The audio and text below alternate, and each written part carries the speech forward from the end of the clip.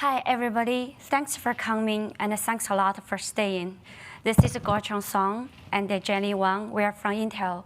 Today, we are going to introduce BigDL 2.0. It's an open source project which helps users to build your AI application much easier in two ways. First, it's faster. Second, the scalability is much easier. Okay. Here's what we're going to cover today. First, we'll explain what BigDL is. We'll explain all the major libraries that in BigDL, how we leverage array, and how we make it faster and make it easier. At last, we'll share some real-world use cases with our customers. So if you have a use case, it could be one of our potential customers and reach us. We're ready to help. Okay, this is BigDL 2.0. It includes 3 end-to-end distributed AI pipelines. That's Nano, Orca, and DL-Lib, and 3 domain-specific toolkits, PPML, Cronus, and Friesian. Okay, for Nano, that's the one we put all our CPU accelerations. So using Nano, your training or inference will be way faster than without Nano. Orca is the one that will help the scalability. So using Orca, you don't have to change much code. You just change one of code, then you get the scalability much easier from local to cluster. And the DL-Lib is the one that for Spark. It's organically developed on Spark. That's not the focus of today. Then these 3 toolkits actually is just a little bit special here because using Nano, Orca, or DL-Lib, you can build any types of applications you want. But for this most popular use cases, we build 3 toolkits. That's PPML for privacy-preserving machine learning, Cronus for time series analysis, and Friesian for recommendation systems. So Jenny later will explain all these specific toolkits in a very detailed way, and I will focus on Nano and Orca. Okay, so Nano and Orca. Let's go Orca first. As I said before, Orca is a library that we use it to scale the code from local to cluster. When we build the AI applications or pipelines, from data ingestion or feature engineering and the model training evaluation to model optimization and inference, Orca makes it much easier. First, it can handle different types of data formats from the remote storage. When it comes to the feature engineering and the transformation, Orca can handle a Spark data frame, of course, like a read data set, as well as a TensorFlow data set, and so on. When it comes to the training, evaluation, and inference, depends on the backend framework you want to use. We can handle TensorFlow, Keras, PyTorch, of course, Ray. Because our Nano put everything, all this technology together, and we can support so many technologies, it provides simplified, unified API. It's much easier to use. Okay, when we talk about seamless scaling from laptop to distributed cluster, we mean this way.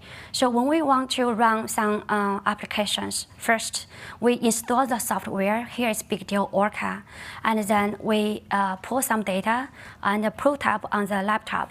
After that, we want to productionize on a distributed cluster. So the transition from laptop to cluster could be a lot of work for many people. That could give you a lot of, you have to think about what strategy you want to use. You have to think about how much data you handle. You have to think how many clusters you want to use. So using BigDL-Orca, you just change a little bit. Init Orca context from local to cubes or Spark Summit, that's it. Here, I have a concrete example from this link, and you can take a look. Another one I want to emphasize today is it's still popular for engineers to do the feature engineering on Spark cluster because most of the times our data stays on the Spark cluster, which usually is HDFS. But we use Ray or other frameworks to train the model or to do inference. So BigDL-Orca provides a pipe between Spark and Ray. That's Ray on Spark. So when we start the Ray on Spark, it starts, first we start the Ray Spark context it will automatically start this read context. The read context is also our entry point to run all the read process underneath. So for each Spark executor, a read manager is launched to handle the read context. So all the process will be automatically stopped if the program fails or if the major program stops. So here is how we do it. First, we get the data from Spark and build the Spark data frame, and then we can do the process as we want. Get all the features we want. After that, simply you can call Spark df to read data set. Then you can transfer this Spark data frame to a read data set. After that, once you have this this read data set, you can do all the training just as usual. So that's a connection between Spark and Ray. This is a concrete example, the showcase how to use Orca to build the end-to-end distributed AI pipeline. First, we want to initialize Orca context. Here I use local as example, but you can always use cubes or Spark Summit or Yarn. Here we want to make sure we want to set the init Ray on Spark as true to use Ray on the backend. After that, we can read the data into Spark data frame and process it. Then we build the model as usual. So it depends on for which model you are familiar with. You can use TensorFlow or PyTorch or any other kind of stuff. We mainly support two, TensorFlow and PyTorch. After that, then we build the estimator here just from carriers. Then for other models, you take it to the estimator, then fit. Will automatically train this model in a distributed way and on the cluster. Except this carriage and data frame as example here, at the back end, we can always support a read data set, PyTorch data loader, TensorFlow data set, and so on. The good thing for that one is the API is unified and simple. We have Orca AutoML for the hyperparameter search. This is built on the top of Ray 2 and from Ray on Spark. When we initialize this one, you can build the auto XG regressor here. We use this one as example. When we talk about the hyperparameter tuning in our implementation, we include both hyperparameter tuning for modeling as well as feature engineering. So for feature engineering, we use this one to search a subset of good features to fit the model. And for the model, you can always, for all the other hyperparameters, number of nodes per layer or learning rates and so on and so forth. Here, because we use XGBoost example, the number of estimators or maximum depth or alpha, you can put all these hyperparameters as well as a search space for the feature engineering to the search space. Then call fit. That will start a bunch of trials and distribute these trials to the cluster by ring 2. Then after all the trials finish, we can get the best model. Then we can save this model for the future, for inference, for example, or for incremental learning for later. We have run a comparison between Xeon and NVIDIA GPU A100 using this AutoML Orca. Orca AutoML is 70% faster even than on GPU. I guess that's because we use this all the acceleration and we use this unified API. Then when we talk about acceleration, we want to make the training and the inference much faster. That's Nano. That's our library called BigDL Nano. It puts all our CPU accelerations for TensorFlow and PyTorch together, and on the hood, you don't have to care about anything. Just use Nano, that's it.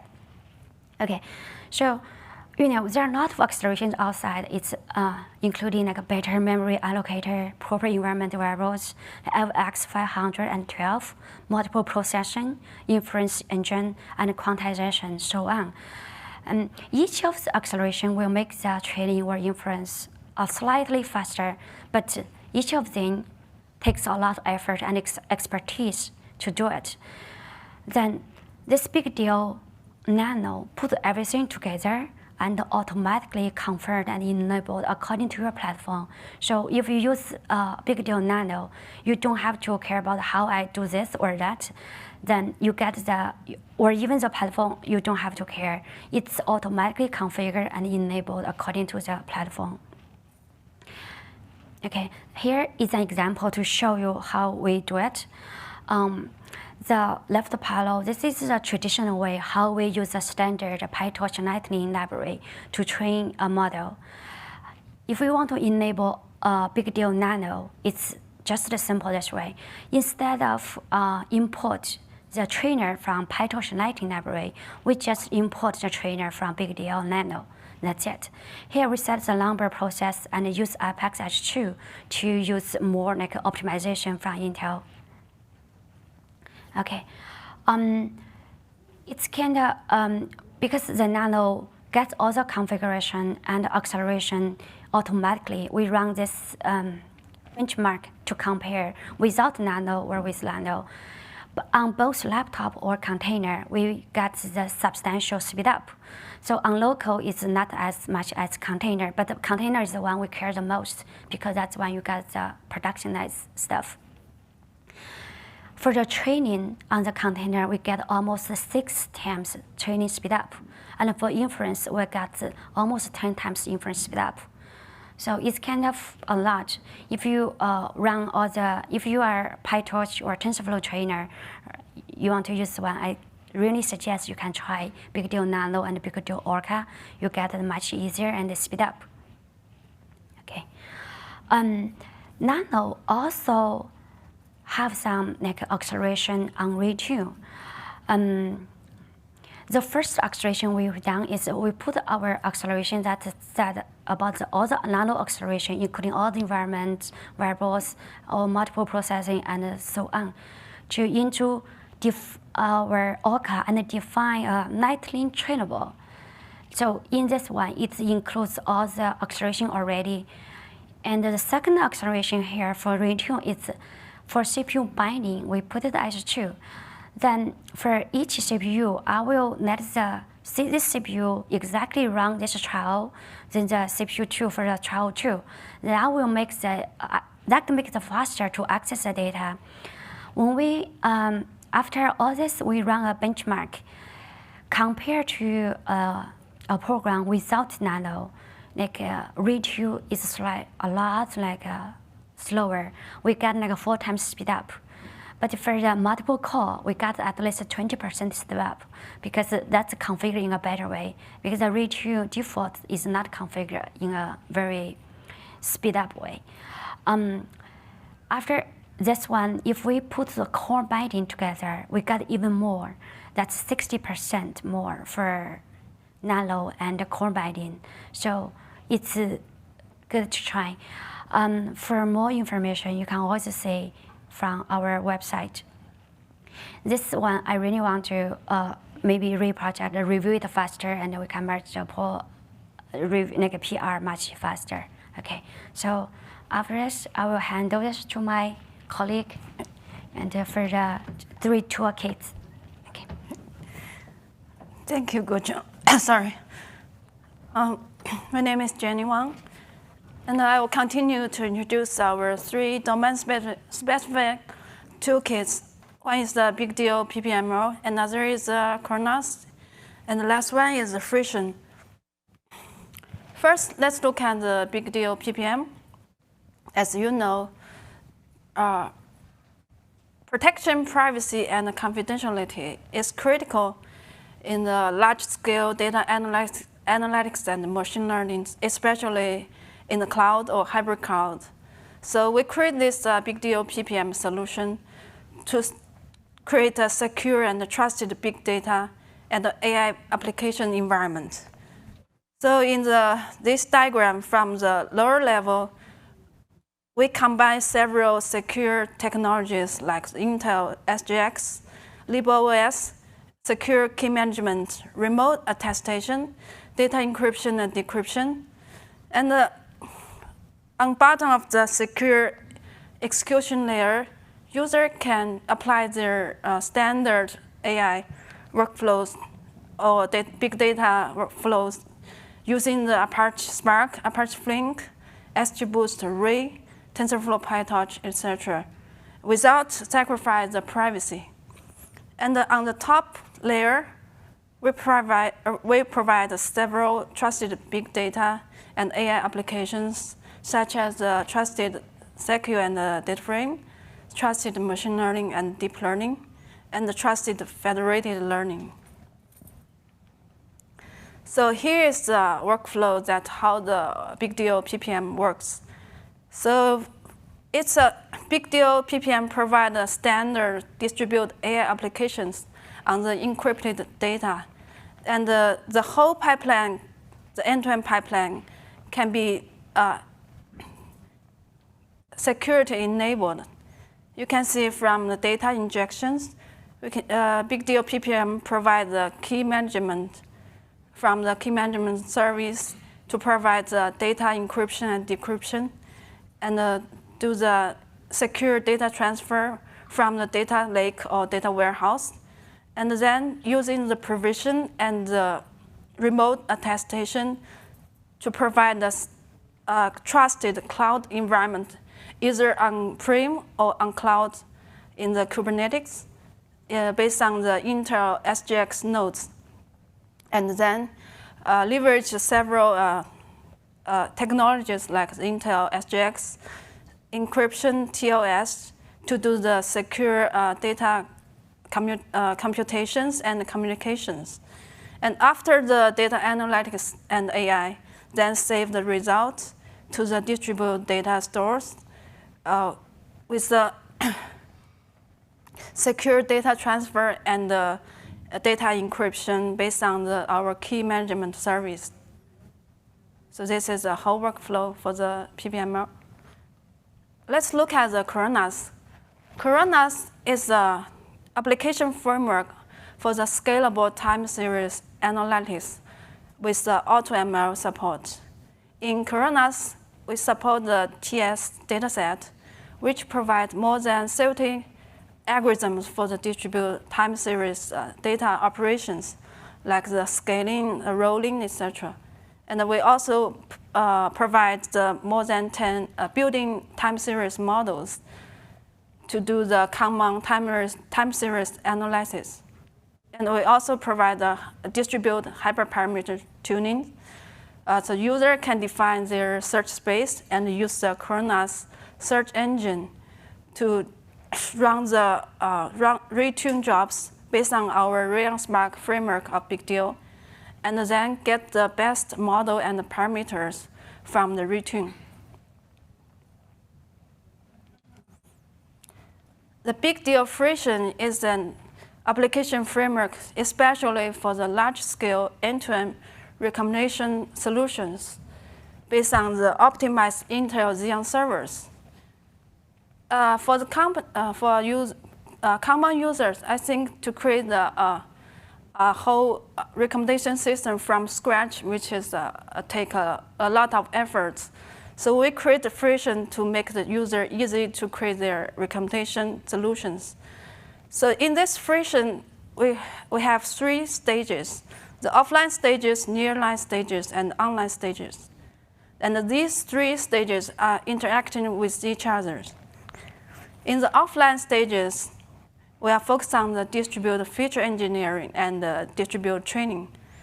So the user features and item features. So we provide several building data processing operations to do the data processing and the feature engineering. So you will just call our APIs to do the common recommendation data processing. And then after that, the Friesian can apply the distributed training to generate the user embedding and the item embedding model and the ranking models.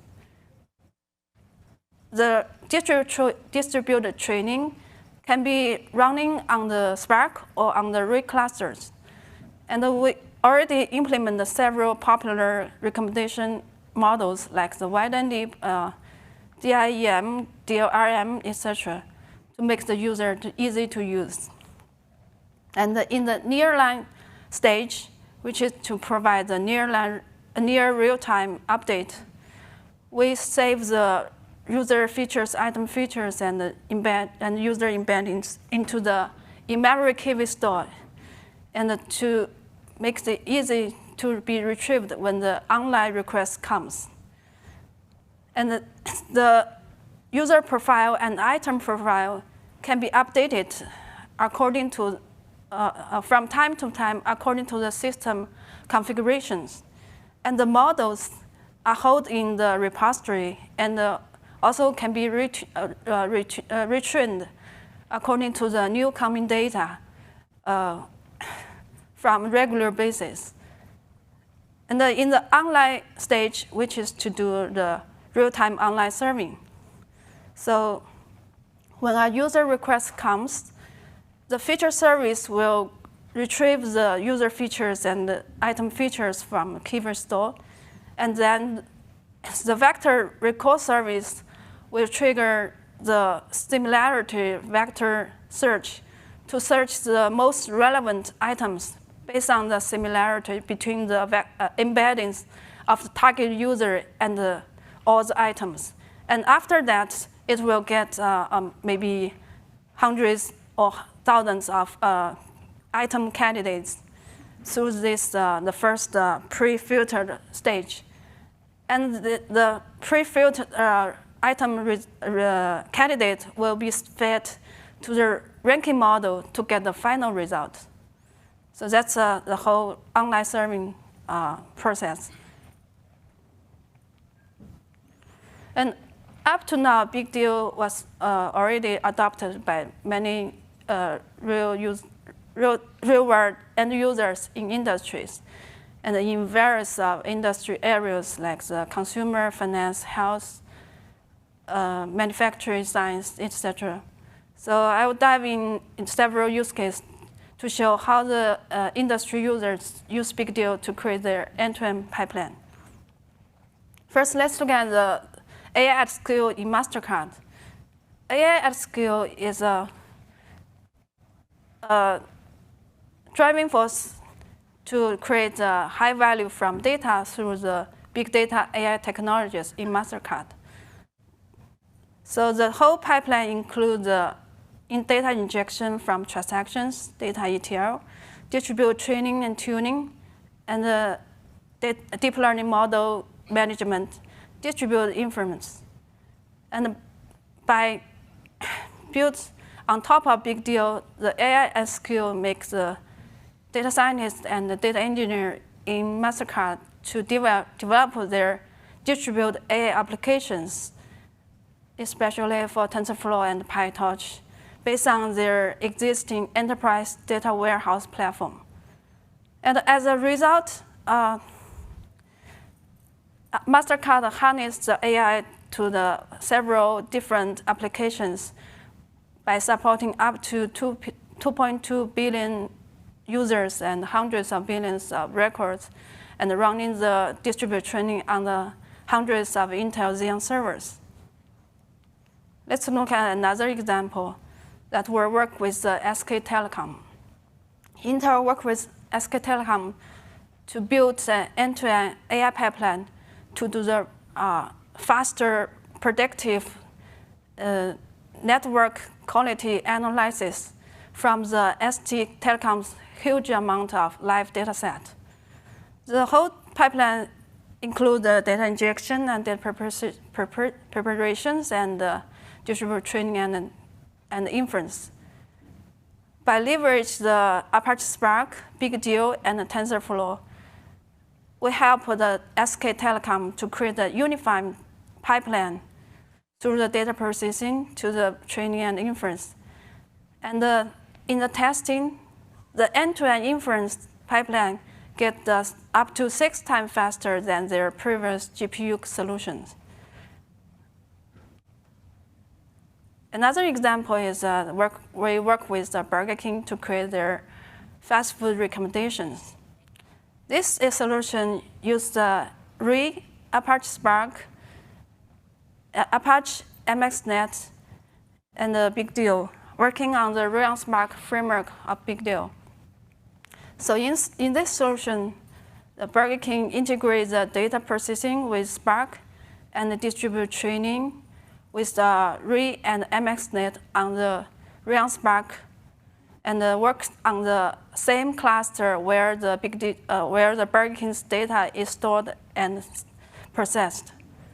So by deploying the whole pipeline to their production environment, Burger King gets a superior result in their real restaurant. So in a nutshell, today we show some key features of BigDL 2.0 and how the BigDL integration with the Ray framework. If you want to get more information, you can go to our GitHub repository or go to our doc site. And you can also check our live demo listed in this reference part. Okay, so any questions?